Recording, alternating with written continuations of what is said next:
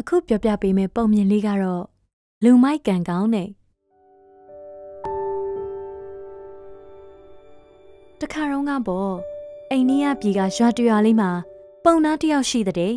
အဲ့ဒီပုံနာဟာညံလည်းမရှိဘူးပတ်စံလည်းမရှိဘူးဒါပေမဲ့သားသမီးတွေတော့အများကြီးရှိတဲ့ဒီတော့သူတို့လင်မယားမိသားစုဟာတရွာဝင်တရွာထွက်နဲ့အရက်လေးမျက်နှာမှာလှည့်ပြီးတောင်းရန်စားတောက်ကြရတာပေါ့ကွယ်ဒီလိုလှည့်လေတောင်းစားရင်မြို့ကြီးတစ်မြို့ကိုရောက်သွားတော့တထေးကြီးတဦးရဲ့အိမ်မှာအလုံးဝင်လောက်ကြတဲ့သူ့သားသမီးတွေကတထေးကြီးရဲ့နွားတွေကိုကြောင်းကြရတယ်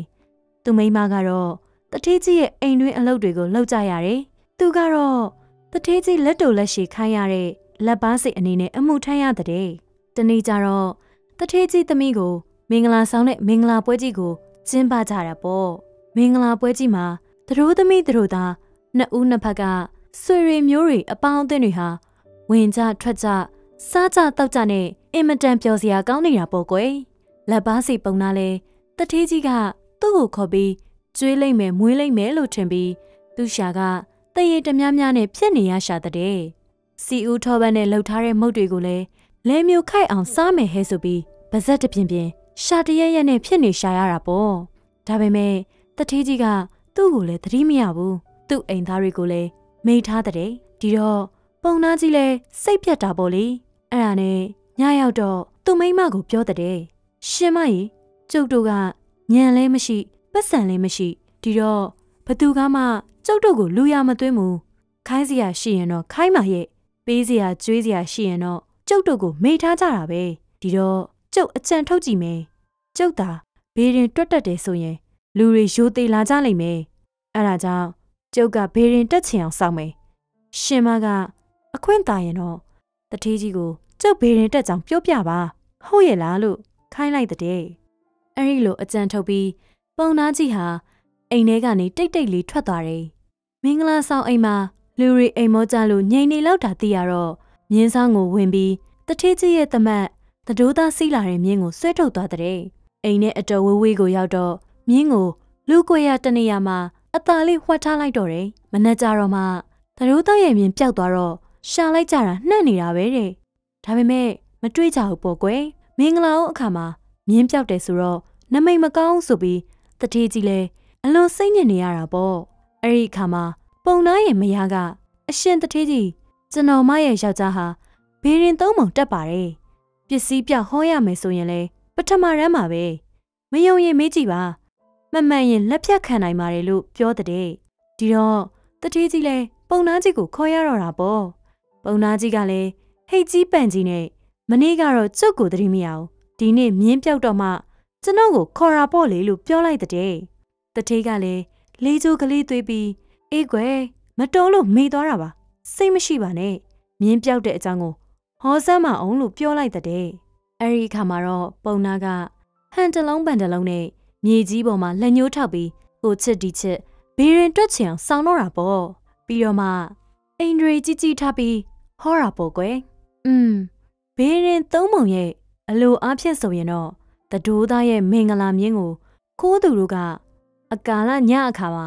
စောင့်ခေါ်သွားပြီးဤအရက်ကနေမြောက်ဖက်မျက်နှာရွာစည်းရွတ်ခြုံွယ်မှာဖုံးဝတ်ထားကြပါတဲ့နေမဝင်ဝင်သွားရောက်ယူဆောင်ပါမှ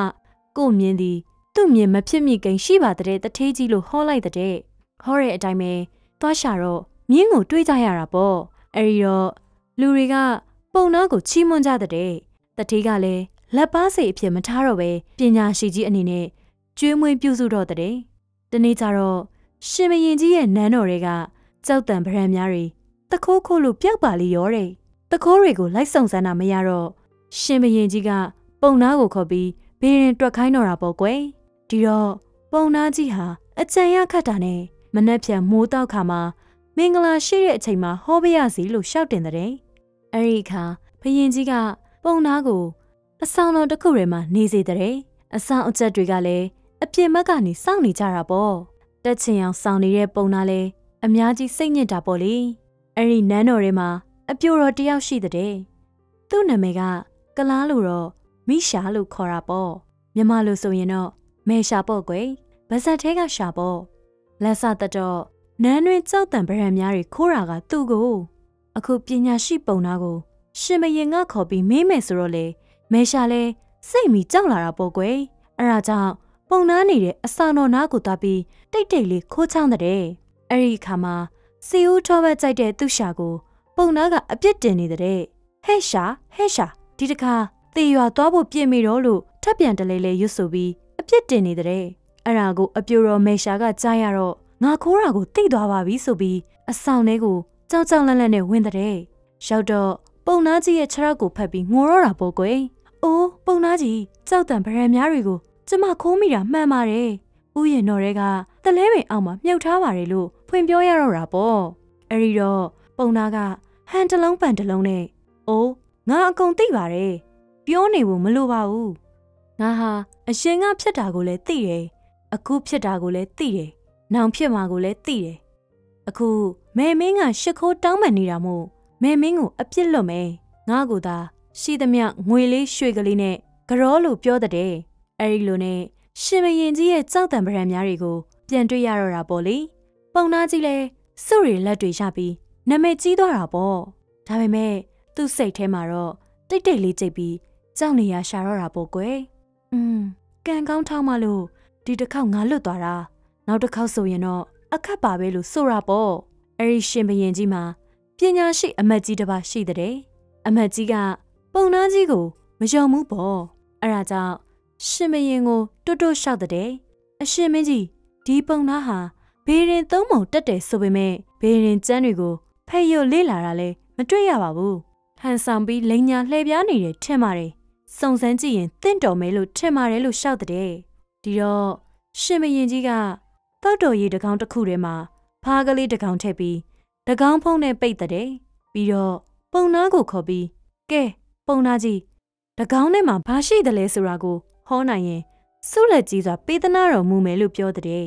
အဲ့ဒီအခါပုံနာလဲအလိန်ပေါ်တော့မှမို့အရန်ကြောက်နေတာပေါ့တိတ်ကြောက်နေတော့ဘာမဆိုင်ညာမဆိုင်နဲ့